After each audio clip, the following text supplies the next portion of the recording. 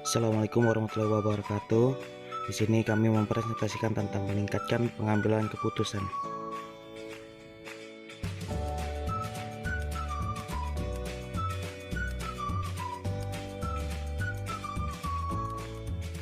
Baik, sebelum itu saya akan memperkenalkan dari kelompok kami. Yang pertama ada Dion Toti, yang kedua ada Muhammad Alfiansyah, yang ketiga ada Firanda Andi, yang keempat ada Habib Ihsan, dan yang kelima ada Rizky Chandra.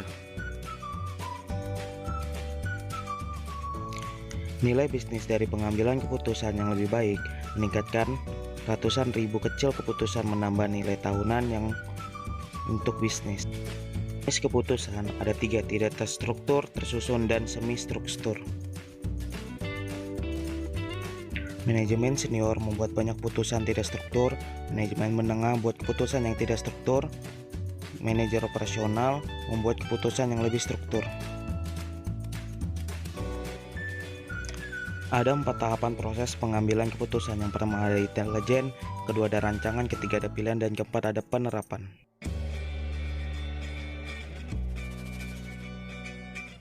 Sistem informasi hanya dapat membantu dalam beberapa peran yang dimainkan oleh manajer.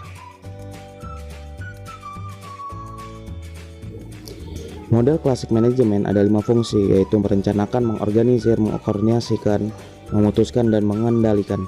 Model perilaku yang lebih kontemporer itu perilaku sebenarnya manajer tampak kurang sistematis, lebih informasional, kurang reflektif, lebih reaktif, dan terorganisir.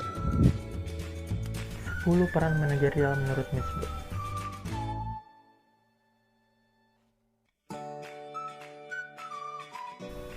Peran interpersonal, pertama boneka, kedua pemimpin, ketiga hubungan. Peran informasional, keempat pusat saraf, kelima penyebar, keenam juru bicara. Peran keputusan, ketujuh pengusaha, ke-8 penanganan gangguan, ke-9 pengalokasian sumber daya, ke-10 perundingan. Selanjutnya 3 alasan utama mengapa investasi di bidang teknologi informasi tidak selalu membuahkan hasil yang positif. Yang pertama, kualitas informasi, kedua filter manajemen, ketiga inersia dan politik organisasi.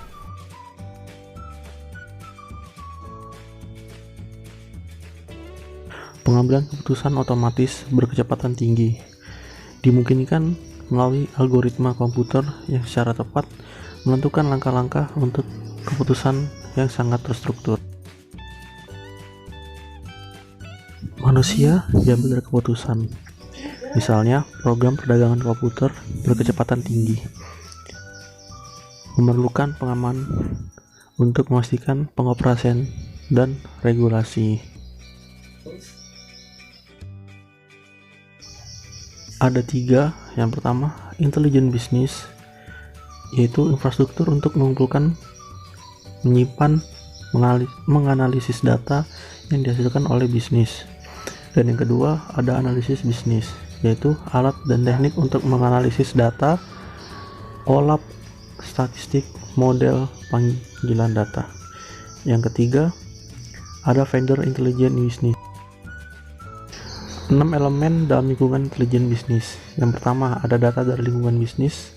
Yang kedua, ada infrastruktur intelijen bisnis. Yang ketiga, ada perangkat analitik bisnis. Yang keempat, ada pengguna dan metode manajerial.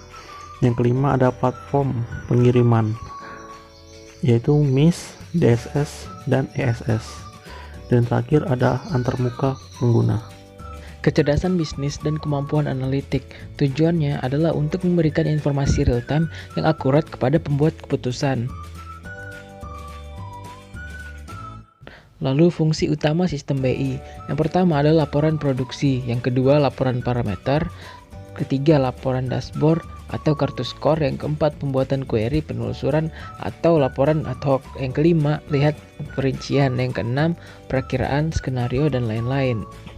Lalu yang pertama, pengguna kecerdasan bisnis. 80% adalah pengguna biasa yang mengandalkan laporan produksi.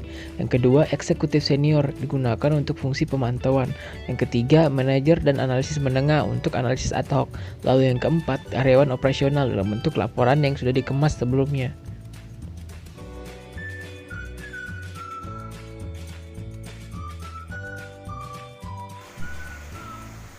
Laporan produksi.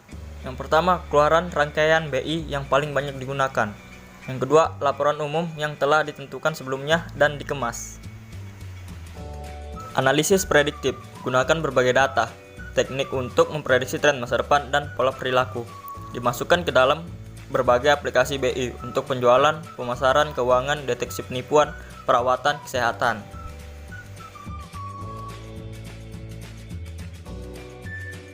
Analisis data besar adalah kumpulan data besar-besaran yang dikumpulkan dari media sosial dan data pelanggan.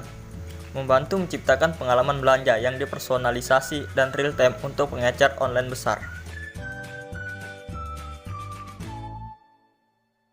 2 strategi manajemen utama untuk mengembangkan kemampuan BI dan BA. 1. Solusi terintegrasi satu atap. Perusahaan perangkat keras menjual perangkat lunak yang berjalan optimal pada perangkat keras mereka. Yang kedua, berbagai solusi terbaik dari perkembangbiakan. Yang pertama ada fleksibilitas dan kemandirian yang lebih besar. Terima kasih sudah menonton video kami, semoga bermanfaat. Wabillahi taufiq wal hidayah. Wassalamualaikum warahmatullahi wabarakatuh. And still next time, stay classic.